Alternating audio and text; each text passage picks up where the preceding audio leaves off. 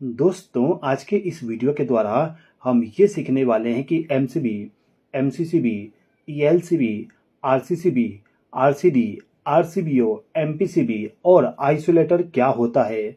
इन सभी का full form क्या है, कैसे काम करता है और कहाँ पे हमें कौन सा डिवाइस का इस्तेमाल करना होगा। तो दोस्तों, सबसे पहले हम बात कर लेते हैं आइसोलेटर के बारे में। आइसोलेटर केवल एक प्रकार का स्विच होता है। आपके घर में जो बल्ब को चालू और बंद करने के लिए स्विच इस्तेमाल करते हो ना, वही स्विच आपका आइसोलेटर होता है। उस स्विच को आप चाहो तो आइसोलेटर भी कह सकते हो। आइसोलेटर के द्वारा आपको किसी भी प्रकार का प्रोटेक्शन नहीं मिलेगा। केवल काम इसका यही होता है कि पावर सप्लाई को चालू करे और बंद करे। ओके। सेकेंड डिवाइस हमारा है एमसीबी। एमसीबी का फुल फॉर्म होता है मिनिएचर सर्किट ब्रेकर।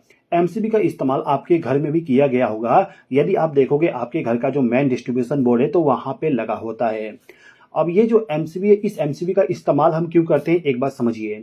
देखिए दोस्तों, जो हमारे घर में पावर सप्लाई आता है, उस पावर सप्लाई में बहुत सारे इलेक्ट्रिकल फॉल्ट आते हैं। उन सभी फॉल्ट में से दो फॉल्ट ऐसे हैं जो बहुत ही ज्यादा हमारे घरों में देखने को मिल जाता है।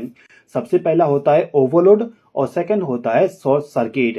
तो ये जो दोनों फॉल्ट है, इन्हीं दोनों फॉल्ट के प्रोटेक्शन के लिए हम एमसीबी का इस्तेमाल करते हैं। दोस्तों, आगे बढ़ने से पहले मैं आपको एक चीज और बताना चाहूंगा कि जो एमसीबी होता है और जो आइसोलेटर होता है, ये दोनों के दोनों देखने में एक जैसे होते हैं।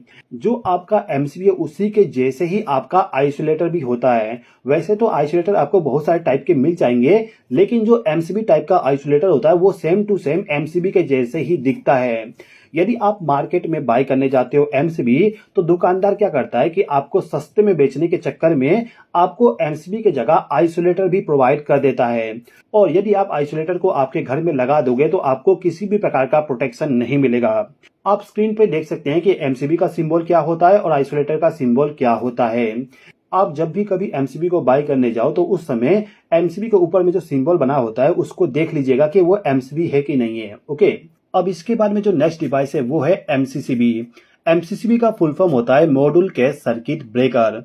देखिए दोस्तों, जो एमसीबी होता है उस एमसीबी को यदि आप बाय करने जाओगे तो आपको एमसीबी केवल 63 एम्पियर तक मिलेगा। अभी के टाइम पे आपको 100 एम्पियर का भी एमसीबी मिल जाएगा, लेकिन पहले के टाइम पे 63 एम्पियर तक का ही एमसीबी मिलता था। अब यदि आपको इससे ज्यादा रेटिंग वाली प्रोटेक्शन डिवाइस चाहिए तो उस कंडीशन में आपको एमसीसीबी बाय करना पड़ेगा। एमसीसीबी जो होता है वो भी आपको ओवरलोड और शॉर्ट सर्किट का प्रोटेक्शन प्रोवाइड करेगा।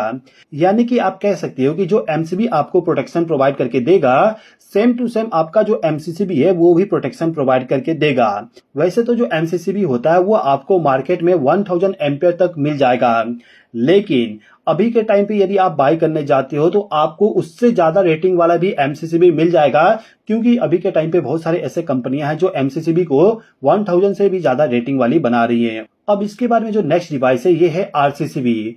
आरसीसीबी का फुल फॉर्म होता है residual current circuit breaker. RCCB जो होता है इसको आपको कंपलसरी आपके घर में लगाना चाहिए। इसको क्यों हमारे घर में लगाना चाहिए, इसको हम थोड़ा सा समझ लेते हैं। यदि आपके घर में या फिर जो इलेक्ट्रिकल सर्किट है उसमें आपने आरसीसीबी को कनेक्ट करके रखे हो और उस कंडीशन में यदि आप जाके फेस सप्लाई को भी पकड़ लेते हो तो आपको इलेक्ट्रिक शॉक नहीं लगेगा।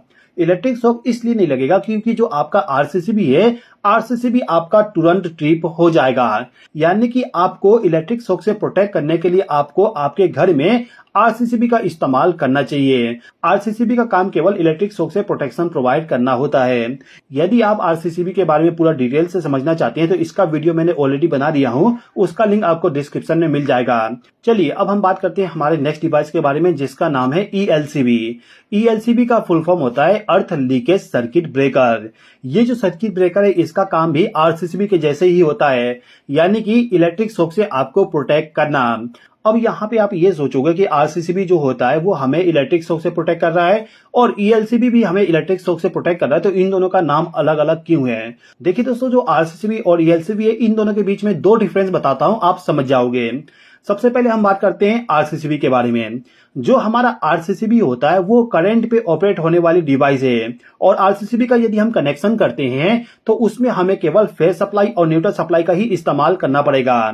लेकिन जो ईएलसीबी होता है, ईएलसीबी हमारा वोल्टेज पे ऑपरेट होने वाली डिवाइस है और ईएलसीबी का जब हम कनेक्शन करने जाएंगे तो उसमें हमें फेस सप्लाई, न्यूट्रल सप्लाई और अर्थिंग वाले वायर को भी कनेक्ट करना पड़ेगा। इसके अलावा भी बहुत सारे डिफरेंस होते हैं, लेकिन वो ज्यादा इंपॉर्टेंट नहीं है। फिलहाल के टाइम पे केवल ये समझिए कि आरसीसीबी और ईएलसीबी दोनों एक प्रकार का डिवाइस है जो हमें इलेक्ट्रिक शॉक या फिर अर्थफॉल से प्रोटेक्शन प्रोवाइड करता है। अभी के टाइम पे यदि आप मार्केट में ईएलसीबी को बाई करने जाओगे तो आपको शायद ना मिले। अभी के टाइम पे आपको केवल मार्केट में आरसीसीबी मिलेगा जो कि ईएलसीबी से ज्यादा सेंसिटिव होता है। आगे बढ़ने से पहले मैं आपको एक चीज और बता दूं, यदि आप आपके घर के लिए आरसीसीबी को लगाने जाते हो तो उस कंडीशन में जो आपका आरसीसीबी है उसका जो लीकेज करंट होगा, लीकेज करंट 30 मिली एम्पियर होना चाहिए। 30 मिली एम्पियर लीकेज करंट वाली आरसीसीबी हमें क्यों बाय करना चाहिए, यदि आप पूरा समझना चाहते हो तो डिस्क्रिप्शन में जो वीडियो का लिंक दिया गया है उसको आप देख लीजिएगा। ओके, अब यहाँ पे हमारे पास में है आरसीबीओ। आरसीबीओ का फुल फॉर्म होता है residual current circuit breaker with overload protection. इसके नाम से ही आपको थोड़ा बहुत पता चल गया होगा कि आरसीबीओ क्या काम करता है। चलिए मैं आपको पूरा चीजें बता देता हूं। जैसे कि मैंने आपको स्टार्टिंग में बताया कि जो हमारा एमसीबी है, एमसीबी हमें ओवरलोड और शॉर्ट सर्किट से प्रोटेक्शन प्रोवाइड करता है। इसके बाद मैंने आपको यह बताया कि जो आरसीसीबी होता है, आरसीसीबी हमें अर्थ फॉल्ट से प्रोटेक्शन प्रोवाइड करता है। अब यहाँ पे यदि हमें अर्थ फॉल्ट, ओवरलोड और शॉर्ट सर्किट से प्रोटेक्शन चाहिए तो हमें यहाँ पे एमसीबी और आरसीसीबी दो डिवाइस का इस्तेमाल करना पड़ेगा। लेकिन यदि आप चाहते हो कि आपको दो अलग अलग डिवाइस इस्तेमाल ना करना पड़े, केवल एक डिवाइस के द्वारा आपको ये तीनों प्रोटेक्शन मिल जाए, तो उस कंडीशन में आपको आरसीबीओ को बाई करना पड़ता है। तो जो आरसीबीओ होता है इसके द्वारा हमें ओवरलोड, शॉर्ट सर्किट और अर्थ फॉल्ट से प्रोटेक्शन मिलता है। ओके, ये जो आरसीबीओ है इसको हम आरसीडी के नाम से भी जानते हैं। बहुत सारे लोगों के माइंड में ये डाउट होता है कि जो आरसीबीओ है और जो आरसीडी है ये दो अलग अलग डिवाइस है, लेकिन ऐसा नहीं है। ये जो आरसीबीओ है इसको ही हम आरसीडी भी कहते हैं। ओके, अब इसके बारे में जो हमारे पास में आखिरी डिवाइस है ये है एमपीसीबी। एमपीसीबी का फुल फॉर्म होता है motor protection circuit breaker. Motor protection circuit breaker के नाम से ही आपको पता चल जाएगा कि ये एक ऐसा डिवाइस है जिसका इस्तेमाल मोटर के प्रोटेक्शन के लिए करेंगे। अब यहाँ पे हमें केवल ये समझना है कि इसके द्वारा हमें क्या क्या प्रोटेक्शन मिलेगा। एमपीसीबी जो होता है वो आपको ओवरलोड, शॉर्ट सर्किट, साथ ही साथ में फेस लॉस का भी प्रोटेक्शन प्रोवाइड करता है। तो दोस्तों आई होप कि आपको यहाँ पे ये समझ में आ गया होगा कि कौन सा डिवाइस हमें कहाँ पे इस्तेमाल करना चाहिए और वो डिवाइस हमें क्या क्या प्रोटेक्शन प्रोवाइड करेगा। दोस्तों यदि आपको वीडियो पसंद आया तो लाइक कर दीजिएगा, चैनल पर नए हो तो सब्सक्राइब कर लीजिएगा। इस वीडियो को देखने के लिए धन्यवाद।